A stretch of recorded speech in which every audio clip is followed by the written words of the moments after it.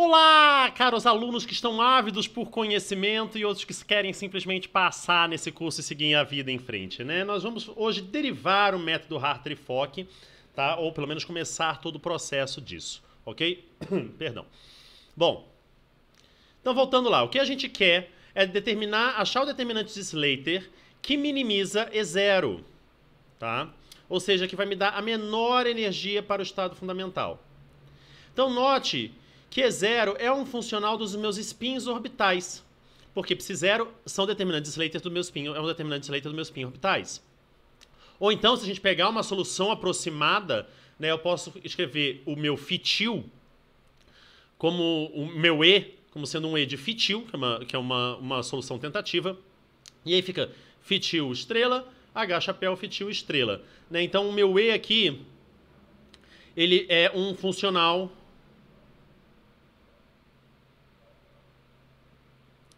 de φ porque vai depender da forma de φ. Bom, agora vamos supor que eu faça pequenas variações nessa função φ. Então eu estou escrevendo φ como sendo um φ mais um delta φ, certo? Bom, então olha só, eu estou substituindo aqui agora, tem um E de φ mais delta φ, então tenho aqui φ estrela, delta φ estrela, H chapéu, φ delta φ. Vou separar isso nos 4 termos, tá? Então tenho φ estrela φ, eu tenho delta φ estrela φ, φ estrela delta φ, delta φ estrela delta φ. Tá? Então basicamente eu tenho um E de φ, que é esse cara daqui. Certo? Mas eu tenho um termo em primeira ordem.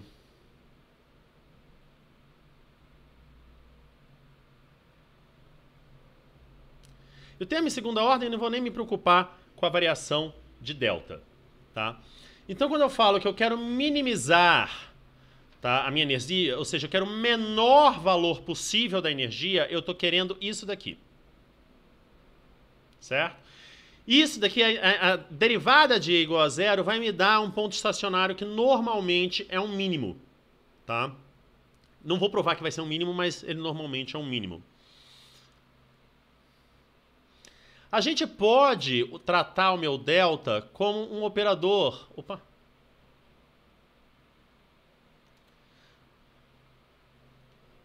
A gente pode tratar o meu delta como um operador diferencial, no sentido que se eu pego o meu delta e aplico aqui, nessa integral, vai ser delta do primeiro vezes o segundo, tá vendo? Mais o primeiro vezes delta do segundo.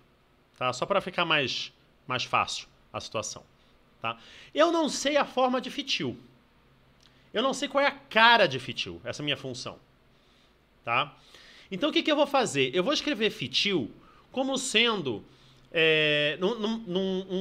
uma combinação de funções conhecidas. Então, determinantes de Slater conhecidos. Isso aqui são determinantes de Slater conhecidos.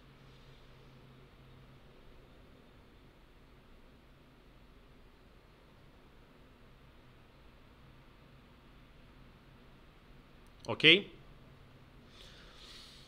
Bom, obviamente, nesse caso, o meu φ ele está sujeito à condição de normalização. Tá? Bom, se eu pegar agora, como ele está sujeito à condição de normalização, se eu pegar agora o φ que eu estou escrevendo, que eu não sei a cara, mas eu estou escrevendo com uma combinação de determinantes Slaters, e substituir essa combinação, esse somatório, nessa expressão aqui, tá? Então eu vou ter um somatório em I e um somatório em J, né? Toma cuidado, não é só um somatório em I. Aqui vai ser um somatório em I, aqui um somatório em J. Então vai ficar um somatório em I, J até N, de CI estrela, Psi estrela, CJ, Psi J, menos 1 igual a 0. Tá? Como eu estou falando que eu estou fazendo combinações lineares, esses coeficientes aqui são constantes. Tá? Eles não estão mudando aí com o meu, em função de x, né? Eles são constantes.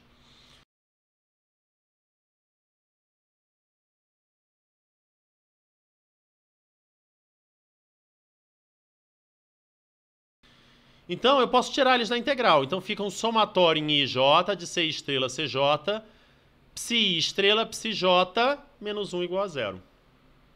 Isso daqui foi o que eu defini como uma integral de overlap. É a integral entre os dois spins orbitais psi e psj, certo? E que se você reparar, esse SJ, que é psi estrela, psj e essa integral toda, isso aqui é igual a SJI, estrela. Se eu pego o SJI,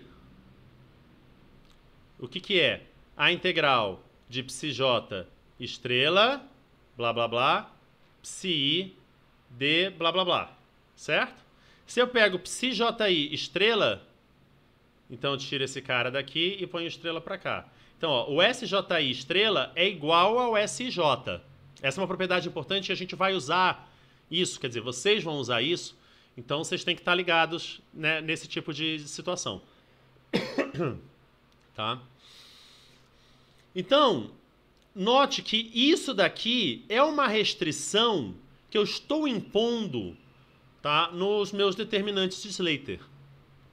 Então, eu quero minimizar aquela energia, eu quero minimizar um E de fitil, ou seja, eu quero ΔE igual a zero, mas eu quero que isso daqui, que a minha autofunção seja normalizada.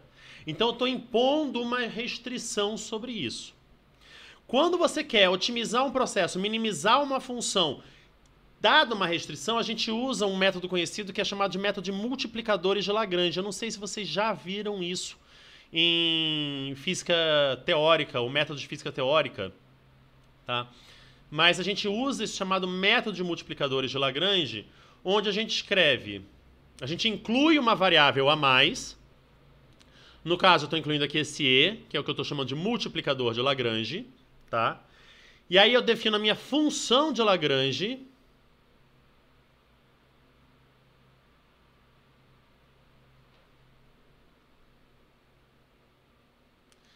que é exatamente o que eu tinha, né? Isso aqui seria o meu E, menos a minha restrição. Então, eu estou impondo isso aqui. Tá? Eu quero que eles sejam ortonormais. Minimizar esse cara é equivalente a minimizar a energia com uma restrição.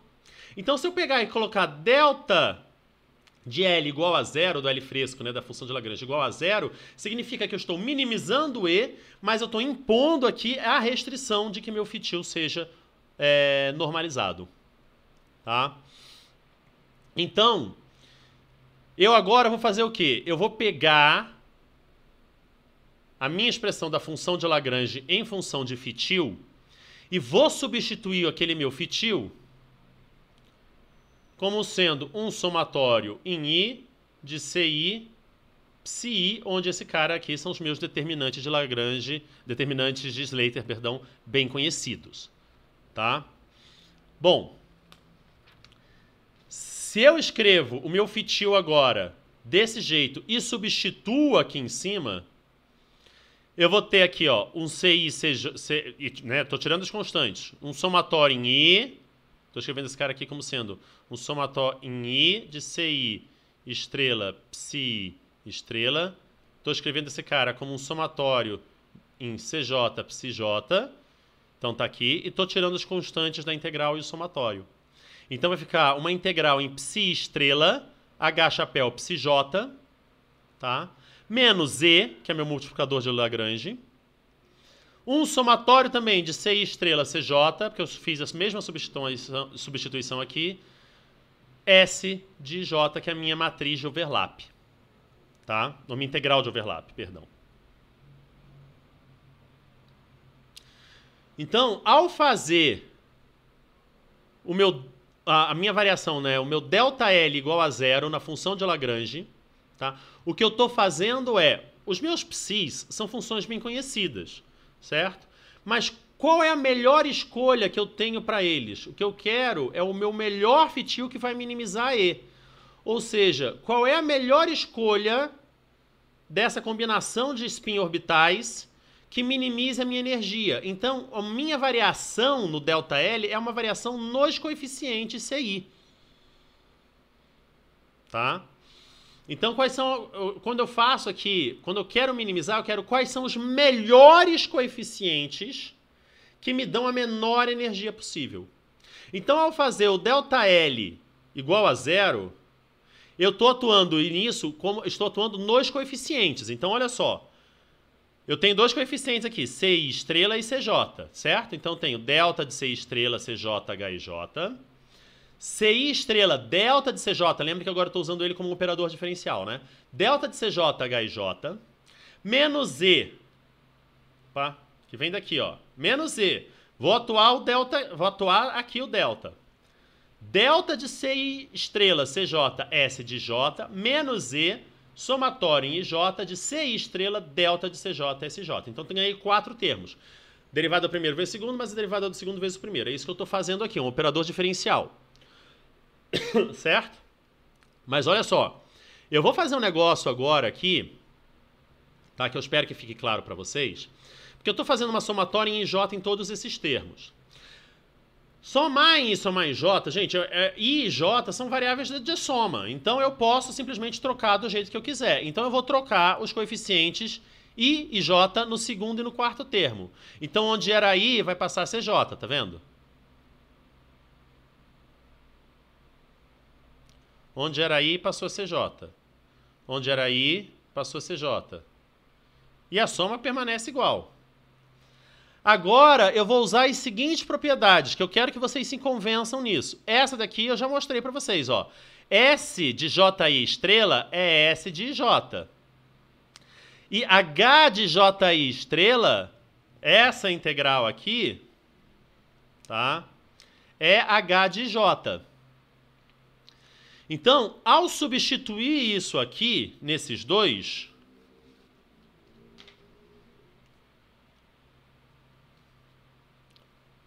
tá? Eu tenho aqui, ó, aqui tô com o CJ estrela, olha o que eu fiz primeiro, né?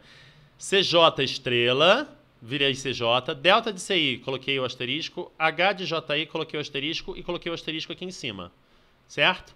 Então, ó, também coloquei o asterisco aqui em cima. E aí eu vou fazer essa mudança agora, que HJI estrela é HIJ e que SJI estrela é SJ. Então, prestem atenção no seguinte. Esse cara daqui é isso daqui, ó. Vou trocar de cor. Esse cara, esse somatório que está aqui, é esse cara que está aqui, ó. Então, eu tenho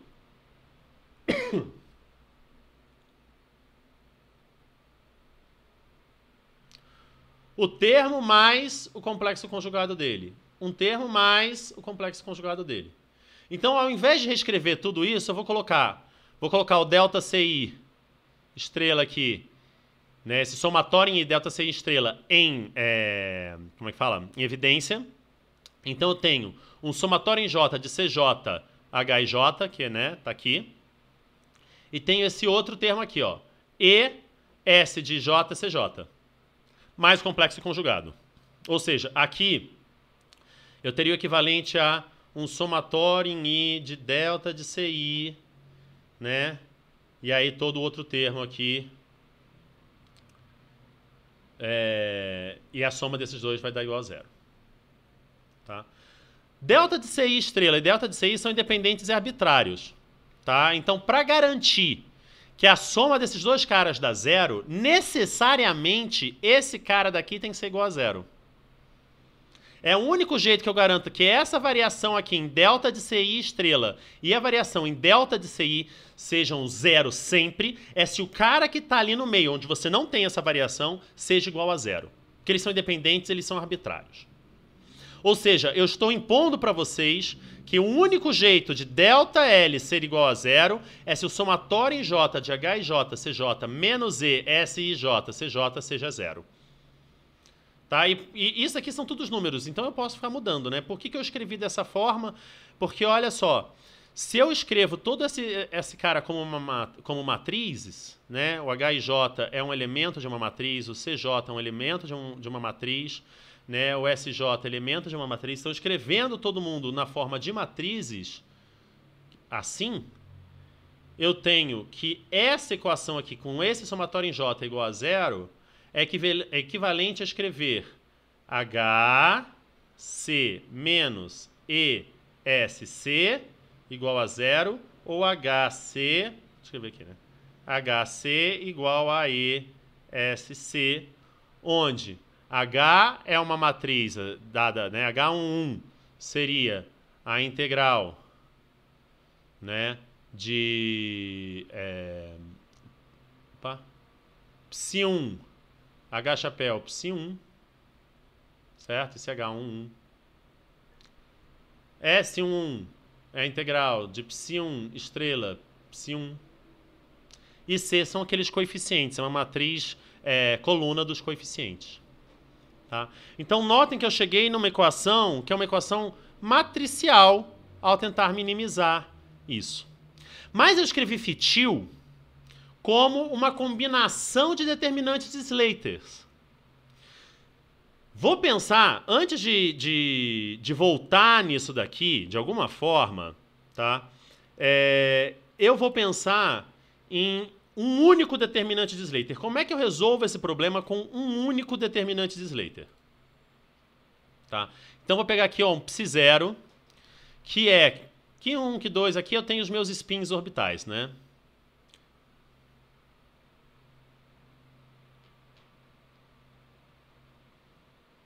Tá?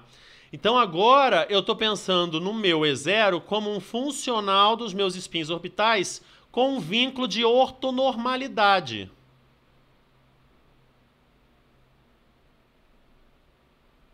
Ou seja, os meus spins orbitais eles são ortogonais entre si e estão normalizados. Então QA e QB, a integral de QA e QB dá 0 e QA dá 1. Tá? Estrela, tem aí as coisas, tá bom? Bom, mas agora eu vou escrever o funcional do método de multiplicadores de Lagrange, né, minha função do método de multiplicadores de Lagrange, usando um único determinante de Slater em função dos meus spins orbitais. Então eu tenho agora a minha função de Lagrange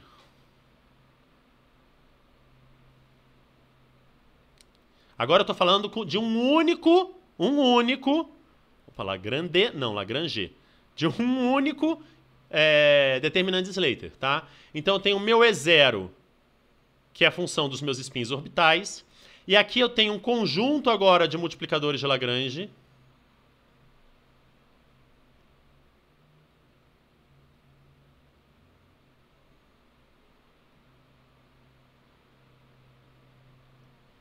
Ok? Que está aqui preso a essa restrição, tá? Que eles têm que ser ortonormais. Onde esse E0 de QA é o que a gente viu já na outra aula. Lembra daquelas integrais? Ó? Uma integral em dx1 de QA de x1, h de R1, QA de x1.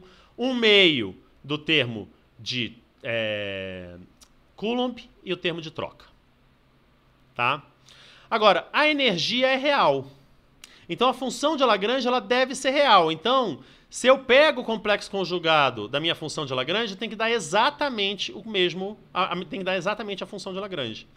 Ao fazer isso, a gente mostra esse cara daqui, ó, epsilon de AB estrela é igual a epsilon de BA. Tá? Você consegue mostrar isso? Fica aí um exercíciozinho para vocês pensarem, tá? E lembrando, minimizar E0, ou seja, achar a energia do estado fundamental, é minimizar a minha função de Lagrange. Tá? Então, nós vamos fazer isso agora. E aí eu vou separar em duas partes. A primeira parte é a minimização de E0, tá? Do meu funcional dos spins orbitais. E depois, a parte que envolve a minha restrição de que eles sejam ortonormais. Tá? Obviamente que o delta, isso daqui vai dar 0, né? Quando você faz variação. Então, eu vou trabalhar com essas duas coisas aqui e aí depois eu vou juntar, tá? Então, vamos começar com esta primeira parte. Então, olha só. Delta de E0 de QA. Depois vocês olhem as setinhas, tá? Então, eu estou fazendo... Se vocês olharem aqui, eu vou atuar num spin orbital, depois no outro. Num spin orbital, depois no outro... num e no outro. Então tem bastante termo, presta atenção. Então olha só. Estou atuando aqui em QA. estrela, mais em que há aqui depois, certo? Então, derivada do primeiro vezes o segundo, mais a derivada do segundo vezes o primeiro. Ok? O outro termo, vou derivar o primeiro, depois eu vou derivar... eu passei para cá, aqui, ó, o terceiro, só porque vai ficar fácil que eu vou escrever, o segundo e o quarto. Tá? Então, eu tenho ao todo aí 1, 2, 3, 4, 5, 6. Só que a gente pode manipular essa brincadeira, e aqui eu só fiz o termo de Coulomb, não fiz o termo de troca, tá? A gente pode manipular essa brincadeira para mostrar que vai ser uma função mais seu complexo conjugado, tá? Como é que a gente faz isso? Deixa eu trocar aqui a cor, porque senão vocês vão confundir tudo. Vou pegar essa cor aqui, tá? Olha só, é fácil verificar que esse cara daqui é o complexo conjugado desse, tá? Se você pegar isso e você pegar e tirar o estrela dele,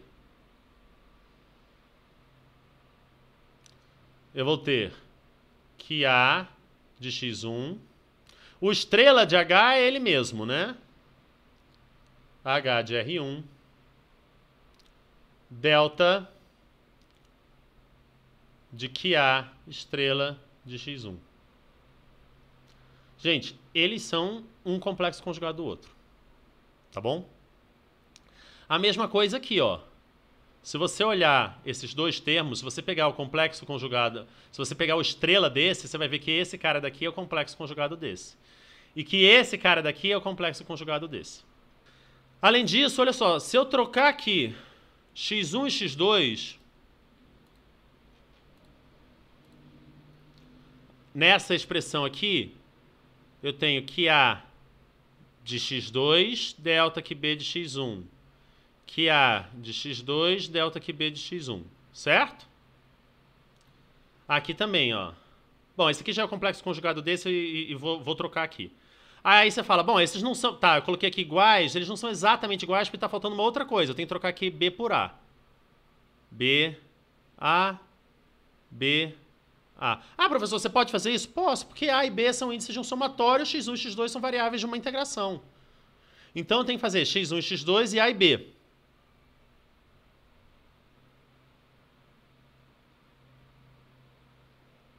Então, na verdade, a parte de troca é equivalente. Então, na verdade, eu vou ter um termo daqui mais seu complexo conjugado. Duas vezes esse cara daqui mais o seu complexo conjugado. Mais o termo de troca e o seu complexo conjugado. Então, o delta de QE... O delta de E0 de QA é o primeiro termo, tá vendo? O termo de Coulomb, menos o termo de troca, mais aqui está faltando, mais o complexo conjugado. Ok? Aqui eu vou ter... Agora eu vou analisar a segunda parte, que é a parte da restrição, tá? Da condição. Eu tenho a derivada do primeiro vezes o segundo, mais a derivada do segundo vezes o primeiro. Então, o que eu vou fazer aqui? Eu vou trocar A com B, tá? Nesse segundo termo. Se eu troco A com B nesse segundo termo, eu tenho AB, epsilon de BA, tá vendo? Só que eu troquei aqui agora. Eu tinha epsilon de BA, agora eu vou ter epsilon de AB. Que B, estrela, delta de QA. Tá? Ao fazer isso, eu consigo pegar esse cara daqui, usar o que eu achei...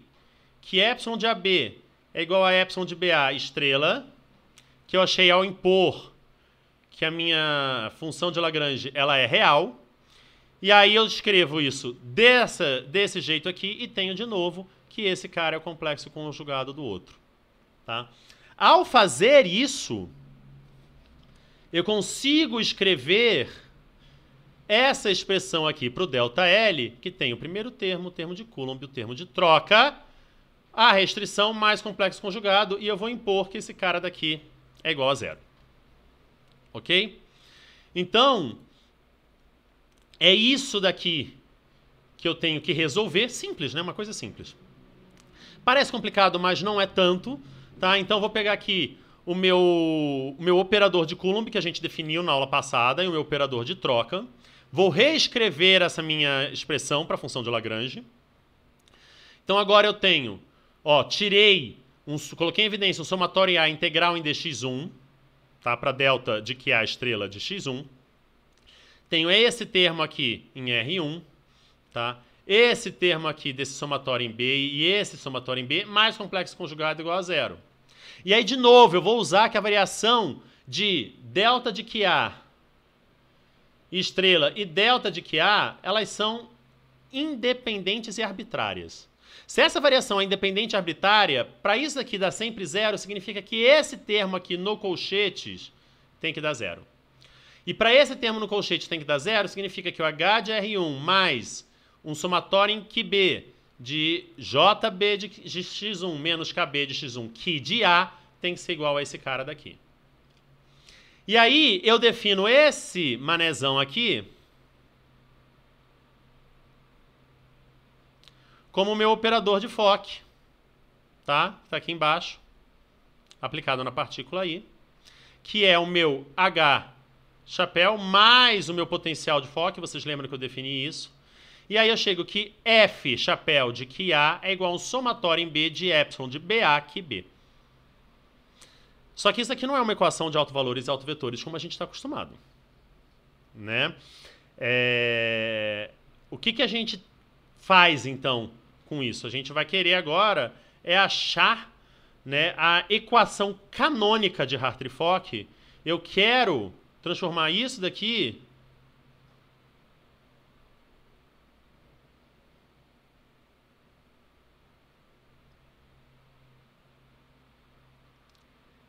em uma equação de autovalores e autovetores.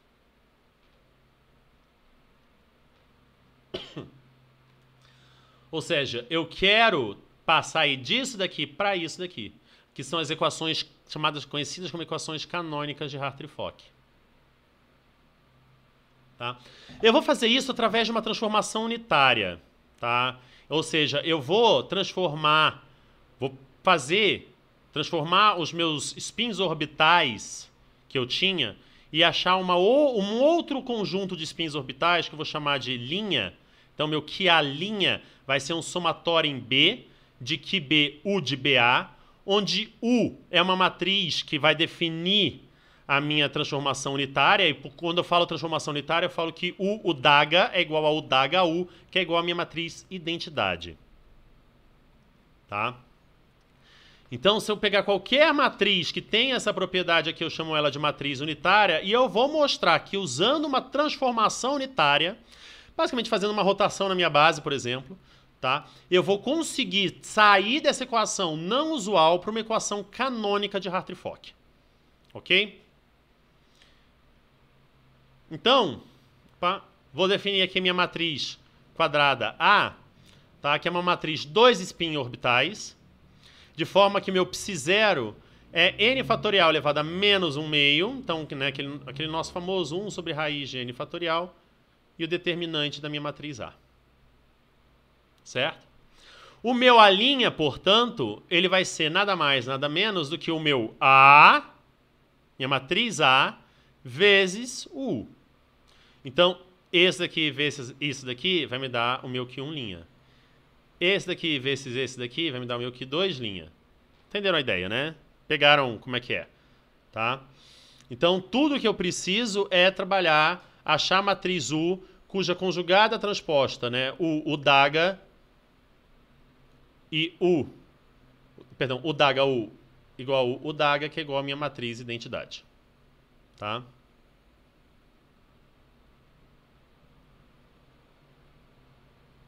Para quem não sabe o que é o daga ali. Tá?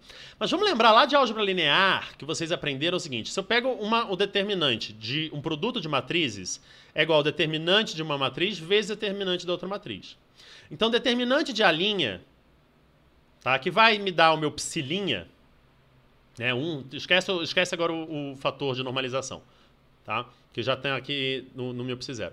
É determinante de U vezes o meu determinante de A. Então, o meu psi0' é determinante de U vezes o meu psi0. Ok? E aí a gente vai usar exatamente essas propriedades aqui da minha matriz unitária. Porque a gente tem que U da HU é igual a 1. Então, determinante de U da HU, tá, é determinante de U da H, é determinante de U, que é determinante de U estrela, determinante de U, ou módulo determinante de U ao quadrado é igual a 1. Ou seja, o determinante de U vai ser 1 elevado a φ, é uma fase. A física de psilinha, de psi0' e psi0 é a mesma. Porque as duas funções de onda diferem por uma fase.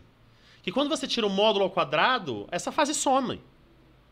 Então a gente nunca está interessado na fase, não importa a fase pra gente. A física de psi0', a física de psi0 é a mesma. Os spins isolados, únicos, assim, eles não têm significado físico. Eles só têm significado físico quando eles formam, né, o meu determinante de Slater. Então eu posso trabalhar tanto com psi0 quanto com psi0'.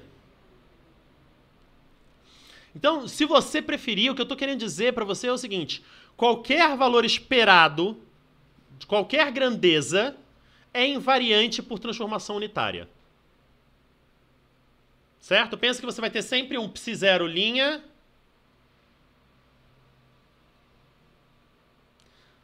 a grandeza aqui, o operador, psi0, linha, estrela.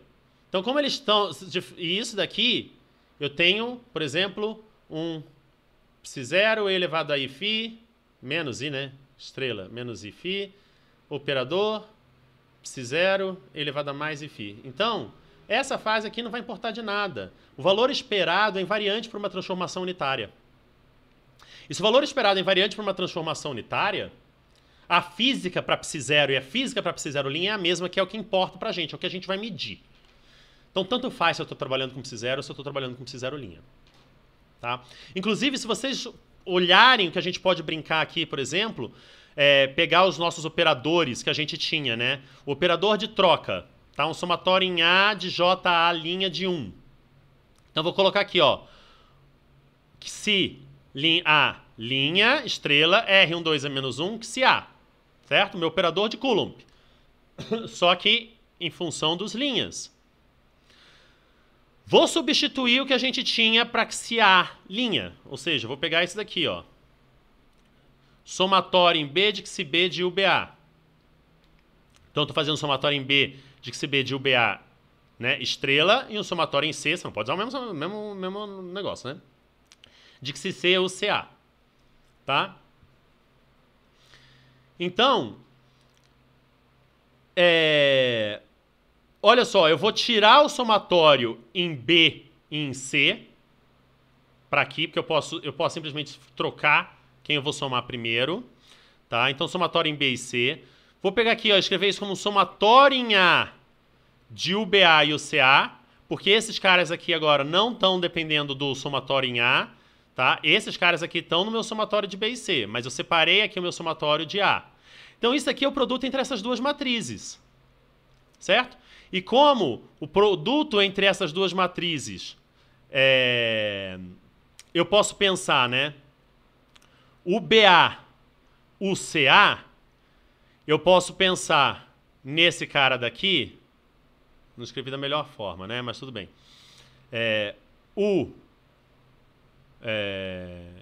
B, A, estrela, U, C, A. Tá? Isso daqui... Ah, tá aqui. Tá? Então, isso daqui vai ser o equivalente a UCA. Opa. UCA. U. AB. Daga. Certo? Transposta. Estrela. Ou o daga. Isso aqui é igual a minha matriz identidade. Então, isso daqui, esse produto daqui, é igual a o daga, o elemento CB. Ó, CB. Tá vendo? Isso aqui é delta de CB. Ou seja, isso só é diferente de zero quando C é igual a B. Então, ponho C igual a B, então morre um somatório, eu só quero somatório em B, de que B... Opa, aqui não tem linha, né? Ó, sem linha. Que B dx2, que B de x2, R12, que B de x2. Ou seja, fazer esse cara daqui é igual fazer ele sem o linha. Se você pega o de troca, você também consegue provar isso. O operador que está atuando com linha ou sem linha é o mesmo. Então, e o operador você pega o operador de um elétron também, que está com linha e sem linha vai dar na mesma coisa. Tá? Então, de forma geral, o meu operador de Fock escrito na base de spins orbitais linha é igual ao meu operador de Fock escrito na base de spins orbitais sem linha. Tá? Eu preciso agora analisar os meus multiplicadores de Lagrange. Como é que eles ficam? Então, eu vou partir da minha expressão aqui, onde eu tenho aquela expressão não usual, tá? Vou multiplicar dos dois lados pela esquerda, tá? Por C, e vou integrar em dx. Eu não vou colocar aqui sempre, porque eu esqueço mesmo, tá, gente? Mas eu estou integrando, ok? Então, tá? Olha só isso aqui. Isso daqui é delta de CB. Certo? Então, se isso aqui é igual a delta de CB, isso aqui só é diferente de zero quando C é igual a B. Então, esse cara daqui é igual a epsilon de CA. Ou seja, o epsilon de CA, que é o meu multiplicador de Lagrange, ele é a integral de C, F, chapéu, que A. Tá bom? Como é que isso fica com linha agora? O delta de AB' é a integral de que A' estrela, F', que B'. Troca somatório em C e D de UCA estrela UDB integral de que C, F, que D. Ah, não era F'? Sim, mas a gente já viu que F' e F são iguais. Né? Então, isso daqui é o que a gente chama também de epsilon de CD. Então, meu epsilon de AB' vai ser U daga epsilon U, que é essa multiplicação aqui. Troca o A com o C, então pega a transposta, estrela, então você tem o AC daga, né? Você tem o U daga epsilon U da matriz. Ok? É isso aqui. Tá? E aí...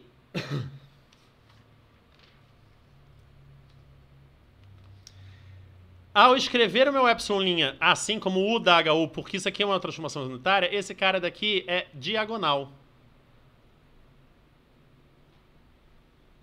Tá? É possível você mostrar que esse cara daqui é diagonal. É uma matriz diagonal. Ou seja, juntando tudo, eu tenho agora uma equação canônica, vou escrever aqui bem grande, F, operador de Fock, linha, atuando em que A, linha, é igual a epsilon A, linha, que A, linha. Eu saí de uma equação que não é usual de autovalores e autovetores e cheguei numa equação de autovalores e autovetores. Ok? Então, por hoje é só. Por hoje não, né? Por essa aula é só. Eu cheguei nessa expressão aqui onde eu estou fazendo, estou derivando a minha equação de Hartree-Fock. Eu cheguei numa equação de autovalores e autovetores. Eu ainda não estou aplicando, mas eu cheguei numa equação de autovalores e autovetores. E eu vou trabalhar com ela, tá, na próxima aula, até para chegar na interpretação do que são essas soluções das minhas equações de Hartree-Fock. Tá bom? Então até o próximo vídeo, gente. Tchau, tchau.